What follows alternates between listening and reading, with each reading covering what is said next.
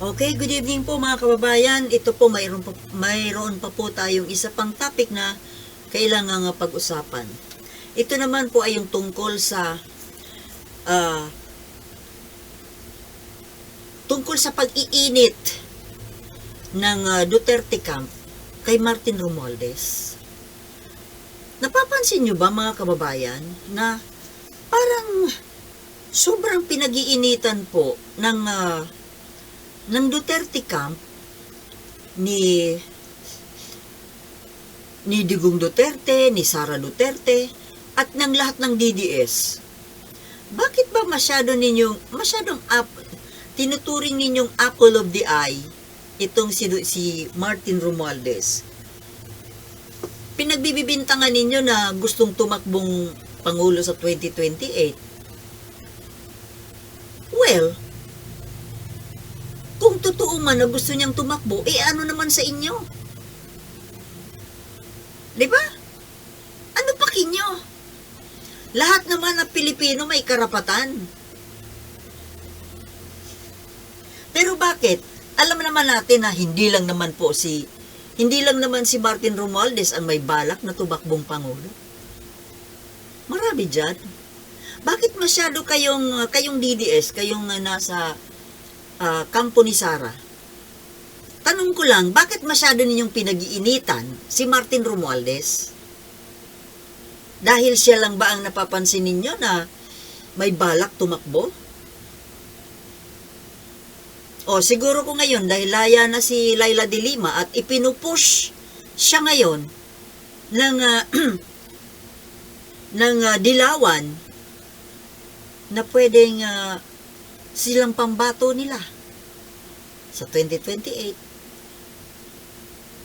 O umpisahan nyo na rin na bugbugin si Leila de Lima. Bakit masyado ninyong pinag-iinitan ang mga taong gustong tumakbong Pangulo na pwedeng pantapat sa kandidato ninyong si Sara? Di ba kayo na rin mismo may sabi na walang makakatalo kay Sara? Wala. Ilalampaso yan ni Sara. Ganun naman pala eh. Kanino ko ba yan narinig? Kay Panelo at kay Roque? Ganun naman pala ang paniniwala ninyo na walang mananalo kay Sara. Di sana, relax na kayo. You have to relax and wait. Dahil sure naman pala kayo na si Sara, walang makakatalo kay Sara. Bakit masyado kayong ang init ng dugo ninyo kay Martin Romualdez? Kailan lang sinabi na naman ni Digong nyo na hindi naman mananalo yan si Martin. Sa Mindanao, hindi man manalo yan. Sa Bisaya, hindi manalo yan. Sa mga Tagalog, sa Manila, hindi manalo. Hindi pala eh. Yun naman pala. Nangangarap lang pala si Martin ng buhay. Buhay, tuloy. Ano ba yun? Tulungan niyo ako mga kababayan. Nananaginip ng gising pala. Buhay na buhay si Martin eh. Yun naman pala eh. Para pala sa inyo, si Sara ang malakas. Para sa inyo, si Sara ang number 1. Si Sara ang maraming tagahanga. Si Sara ang susunod na Pangulo. O ano pa? Di mag-antay na lang kayo ng 2028. Sigurado naman pala eh, na walang tatalo dyan. Masyado pinag-iinitan si Martin Romualdez. Bakit? Nai-insecure kayo? Nagpapakita lang kayo na masyado kayong insecure. Di ba? Insecurity yan. Nakikita nyo kasi na may kung ano man ang ginagawa ni Martin Romualdez, parating ninyong pinag-usapan, binabatikos, kaysa nandoon, namimigay ng namimigay ng bigas. Ano di pala ang dapat ipamigay? Shabu? Ayaw ninyo makakita ng gawaing mabuti? Ano ang gusto ninyong ginagawa ni Martin Romualdez? Sige nga, ituro nyo nga kung anong dapat niyang ginagawa na magpapasaya sa inyo. Kasi galit na galit kayo sa pinagagagawa niya. Bakit? Sumisikat ba sa tingin niyo? Nagiging sikat ba si Martin Romualdez? Di sana gayahin nyo na rin lang. Imbis na magpapaparagpadag kayo dyan, mangingisay-ngisay kayo dyan sa batikos, gayahin nyo na lang kaya. O, mamigay din kayo ng mga bigas. Diba plano yan ni Sara? Libreng sakay, libreng palibing, libreng pakasal. Ang cheap! Wala na bang ibang project? Alang originality. Marami nang gumawa niyan eh. Sa totoo lang po, ang daming project na pwedeng gawin. Hindi lang yung mga libreng palibing, libreng school supply, libreng sakay. Ano yan? Gawa na lang kaya kayo ng libreng palaba.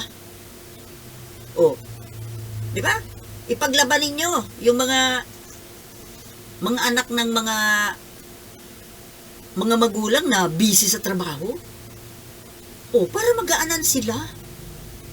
Hindi na nila isipin yung pagdating ng bahay, galing sa trabaho, ipaglalaba pa yung mga anak. Paglalaba, ipagpapaplansya.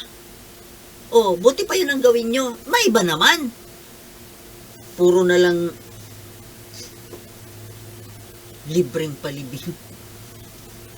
Ang dami na kasing gumagawa ng ganyan eh. Yung mga medical mission. Kakasawa na. Wala nang iba? Wala na kayo ibang maisip? Maturo kayo sa akin. Ang dami kong naiisip.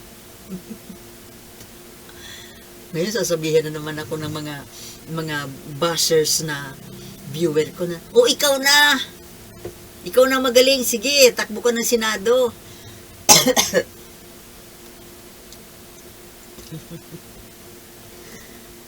Kasi naman, di ba, yung mga nandiyan natin sa gobyerno, yung mga naiisip na project, naisip na ng iba yan. Ano kaya kung ibahin nyo naman? Ano kaya kung pumunta kayo sa mga barabarangay? Tumulong kaya kayo magtanim ng palay doon sa mga magsasaka? Oh, bago yun. Sige nga. Ba, ang sakit kaya sa likod na magtanim ng palay. O, sa taniman ng palay, magplanting rice kayo doon. Tulong kayo, libre. Or, at least, yung mga nagpapataniman ng, pag nagpapatanim ng palay, nagpapakain po yan eh. Nakakapagod kaya magluto. Kasi ako nakita ko yan eh. Nung, panahon na nagpapatanim pa kami ng palay, nagpapaupa kami eh. Alam ko yan. Snack, tanghalian at merienda. Maraming nagtutulong-tulong yan na nagluluto ng ipapakain din sa mga trabahador. O yun kaya. Kaya kakapagod kaya. Yung kapag yung mga malalaking pataniman dyan, yung mga ilang hektarya yan, ilang trabahador yun. O, yung mga ano nyo dyan, yung mga sosyal-sosyalin dyan na gustong tumakbo ng kung ano-anong posisyon. Aba, bago yun. Televised. Televised para sikat. Tulong kayo magtanim, mag-araro. Maghabas ng palay. 'Di ba? Hindi yung mga ganyan-ganyan lang. Wala nang wala nang bago, walang originality. Tulong kayo dun sa quarry, oh. Magbuhat ng mga bato. O dyan sa quarry, dyan sa bulkan, oh. Namumulot ng mga bato na gagawing gigilingin, gawing aggregate. Magpala kayo doon ng buhangin. Oh. Yung mga kagaya ni, yung mga macho-macho dyan, mga kagaya ni Roque, mga kagaya ni Robin Padilla. Oh, tulungan nyo din sa mga nagtatrabaho.